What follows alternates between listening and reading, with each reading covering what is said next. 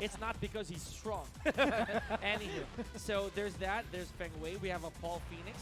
One other character we saw it twice already is Noctis, right? So that's worth noting. And of course, Jack 7. Ooh, we do have a number of Jack 7s here in the Philippines too, if I may. Yeah, that is true. In fact, the first ever on-stream game here was Was Jack it Jack 7 7? against Nee of all people, right? So here we are. Oh my gosh. We have, ladies and gentlemen, Oh. ATIF Butt versus ANAKIN. With a Leo as well, contrary to the earlier pick, which was an Akuma. So now we're gonna stick with the characters below the top bar here, kids. I think the reason why ATIF didn't really pick the Akuma here is because Anakin, being the Jack, he can anti-air pretty easily against right. Akuma. Yeah, and we know that Jack's jab range. Oh, look at that! Right off the bat, goes straight for the down forward to his Anakin, but to no avail. ATIF, but again with the Leo right here, we know that Leo is one of the characters who became drastically improved, kids. So that might be the plan.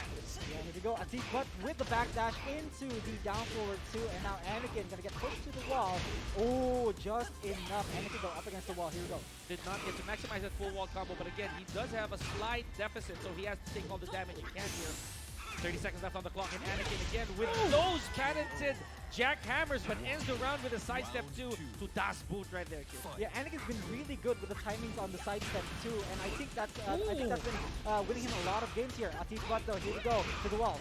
Down one counter hit, starting things off really strong, and that's how much damage Leo can do in a span of 9 seconds here, ladies and gentlemen. 45 seconds left on the clock, and Anakin's back is against the wall. Is he going to be able to push ATIF Butt? Yes, he is, with that jackhammer. But is it going to be enough? That is the big question here. Anakin playing a bit more safely now. ATIF Butt looking for the... Oh! Just as I would say that he was playing a bit more safe. He gets caught the down forward two. Oh, that wasn't a guaranteed. He could have Was been... not. Oh, unfortunate. I think, sadly, there Anakin tried to perhaps reduce the damage and tried to keep up, but he was a little off axis, therefore resulting in that recovered 4 kick. So that goes to ATIF Butt. And we mentioned it earlier as well with Markman, that most of the jackhammers that Anakin have been landing are all followed up by C planners, basically. Yeah, that is true. And that's actually one of the first times I've ever seen someone do that so consistently. Yes. And ATIF, though, is put in rage by Anakin. Poke game starting. We know that Jack is, it's a requirement almost, that if you're a Jack, you have to have 4-4-1 all the way to the Gigaton uppercut just frame. But for Anakin, he really wants that Oki, that nearby Oki. Wow! Tries to go backwards with that K&K. 25 seconds left on the clock. All right, one more hit. And he gets him with a down forward two. Unnecessary, but very stylish. Anakin with the third round. Jack Godfist, as we call it as well here, folks. 58 seconds left on the clock. Still trying to carry that. ATIF Butt, is it going to be enough? Yes, it is. And this time, kid, it is guaranteed. Yep. Oh, Anakin up against that breakable wall, though. He's going to be super duper careful with the decisions he's going to make here. And Anakin lower than half health already. You see that, getting that plus off of the while standing 4. Anakin in trouble here. Back to one. You see the confirm there from ATIF Butt.